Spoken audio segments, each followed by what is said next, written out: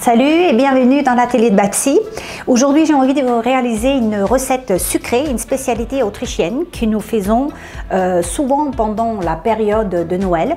Mais moi, je m'en sers aussi quand j'en ai envie de cookies, beaucoup, parce que c'est un aliment sucré, super nutritif.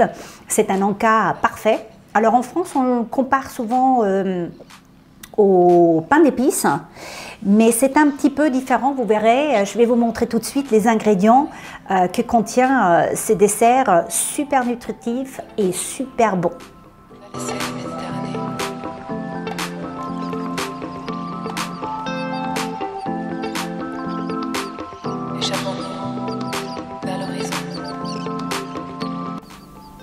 Je vais vous montrer maintenant comment on va donc réaliser ce cookie et ces Lebkuchen et qu'est-ce qu'ils contiennent. Mais avant cela, j'aimerais donner quelques précisions sur les ingrédients que j'y ajoute. Pourquoi? Parce que ce sont des ingrédients vraiment très importants pour notre santé. Ils donnent évidemment un goût extraordinaire, mais pas seulement. Donc par exemple, les graines de courge, on n'a vraiment pas l'habitude de les intégrer dans les pâtisseries. C'est comme les amandes, ça donne un super goût, c'est pas salé, c'est pas sucré, c'est un peu noiseté, même je dirais. Et ils sont vraiment conseillés pour notre bien-être. Alors c'est un antiparasite, hein. Vous pouvez vous vermifuger avec les graines de courge. Vous mélangez 1-2 cuillères à soupe en poudre avec un peu de miel. Vous consommez ça pendant 1 mois. Et puis c'est un excellent vermifuge. Mais c'est aussi un produit conseillé contre les affections donc urinaires et en général pour les organes sexuels. Oui, on parle de cuisine, mais quand on parle d'un aliment qui a autant d'atouts, c'est aussi important de le dire et aussi de savoir pourquoi on l'intègre. Bien sûr, la première question, c'est je le mets pour le goût, mais sachez que c'est un aliment vraiment très bon pour la santé. Les amandes. Les amandes, on le sait, ils sont très gras, mais ce sont des acides gras monoinsaturés. Ils contiennent beaucoup de protéines, beaucoup de vitamines, beaucoup de minéraux. Ils sont caloriques, certes, mais ils vous donnent de ce fait aussi une satiété très importante. Et ils sont très conseillés contre le mauvais cholestérol.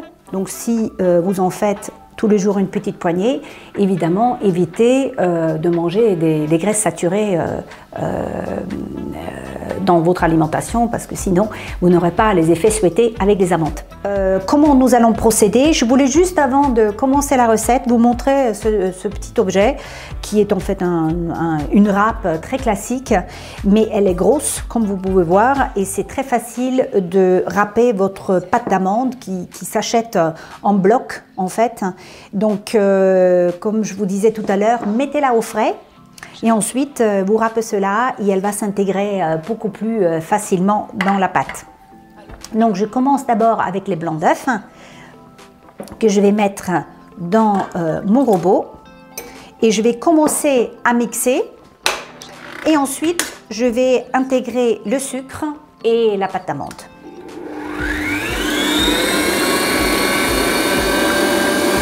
Donc, j'attends que les blancs d'œufs montent un petit peu. De toute façon, ils ne vont pas se comporter comme une meringue, hein, parce qu'on va intégrer tout de suite d'autres aliments, elles vont tomber un peu, mais ça donnera quand même, ça va aérer ces cookies à la fin. Donc j'attends que ça monte un petit peu, et puis ensuite je vais intégrer le sucre.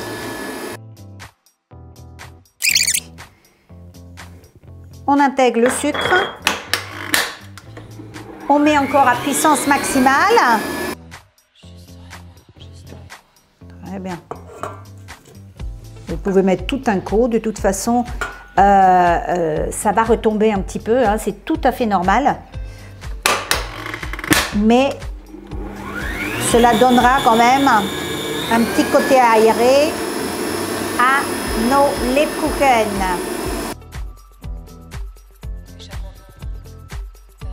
Maintenant, je vais mélanger la poudre d'amande les graines de courge ainsi que la farine de petit épeautre. Comme ça, ça va se mélanger mieux dans mon robot, je préfère. Et ensuite, on va intégrer les oléagineux avec la farine dans le mixeur. Voilà, c'est mélangé. Maintenant, je vais intégrer d'abord les 2 œufs, mixer un bon petit coup. Et ensuite, on va intégrer le reste des ingrédients. Très bien. Donc, moi, je préfère les mélanger avant pour que ça se mélange parfaitement dans ma pâte. Je mixe un tout petit peu. Maintenant, j'intègre toutes mes épices. La cannelle, le 4 épices. Les zestes, alors je fais ainsi comme ça colle pas, ça se mélange très bien. Je mélange cela et en dernier, on va intégrer les fruits confits qui, elles, collent un petit peu, les fruits. Donc, il va falloir bien tourner la pâte. Donc, vous pouvez faire tout à fait cette recette avec un mixeur à la main, hein, si vous n'avez pas de robot. Ça fonctionne aussi bien. Hein. Donc là, je racle un petit peu les parois pour que ça se mélange bien. Et maintenant, on va intégrer... Alors, j'insiste un petit peu sur les écorces de citron et d'orange. Pourquoi? Il faut vraiment les acheter d'agriculture biologique. Parce que, vous savez, dans la peau, tous les fruits et les légumes traités, c'est là où se concentrent le plus les pesticides. Donc, c'est un aliment vraiment à acheter biologique. Regardez, je les ai là, ça se présente en général comme ça. Et en plus de ça, je les trouve pas très sucrés. C'est vraiment un aliment de très bonne qualité. Donc, maintenant, on va intégrer cela dans la pâte.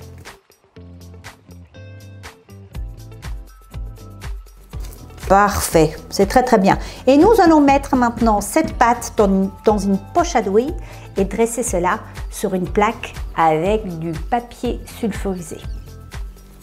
Donc, je tiens mon petit bout de la poche à douille parce que c'est une pâte qui n'est pas si épaisse que cela.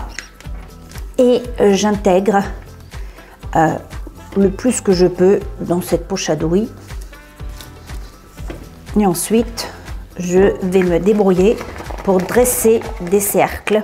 On secoue un petit peu comme ça, voilà, sur la plaque. Voilà, je ferme ma poche à douille, voilà, et ça ressort ainsi. Et maintenant, on va tresser les Lebkuchen ou les cookies, ça dépend, comme vous le souhaitez. Alors, on va les laisser croûter en fait, ces petits cookies, comme des macarons. Maintenant, on va, une fois qu'on a dressé toute cette petite plaquette, on va attendre 20 minutes. C'est pas mal du tout. On va attendre 20 minutes qu'elles ne collent plus et ensuite, on va les enfourner pendant 15-20 minutes à 150 degrés. Nos Lebkuchen sont donc cuits. Regardez, ça donne à peu près ça. Vous pouvez les colorer un petit peu plus si vous le souhaitez. Donc voilà, celles-ci, on va les laisser. Ils vont rester sans glaçage. Et puis les autres, on va les décoller délicatement, les poser sur ma grille. Et je vais les glacer avec du chocolat noir. Voilà, et je vais vous montrer comment on va faire le glaçage. Pour le glaçage, il me faut 80 ml d'eau. On va chauffer cette eau assez puissamment et puis on va mettre le sucre. Bien mélanger cela. et le faire bouillir exactement pendant 4 minutes. Les 4 minutes sont passées, j'éteins mon feu et maintenant j'intègre le chocolat. On va faire fondre.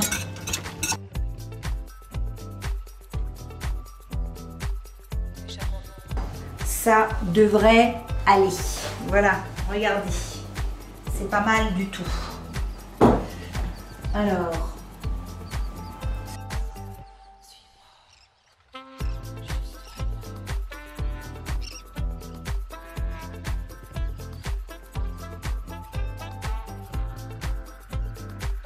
Pour terminer, je n'utilise que très rarement du chocolat à 60%. C'est pourtant celui-ci qui est conseillé pour la pâtisserie.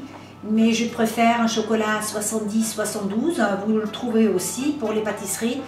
Il contient moins de sucre et je trouve que l'aliment, excusez-moi, j'ai pas pu m'en empêcher, c'est très bon. L'aliment donne beaucoup plus de goût. Donc maintenant pour terminer, on va mettre la petite amande.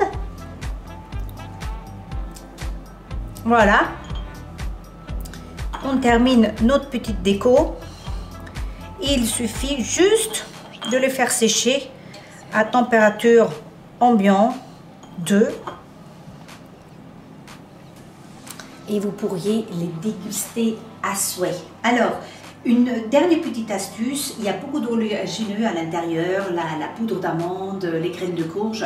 Donc vous voyez, en fait, pour cette masse-là, vous avez 2, 4, 6, vous avez une quinzaine, une vingtaine de cookies.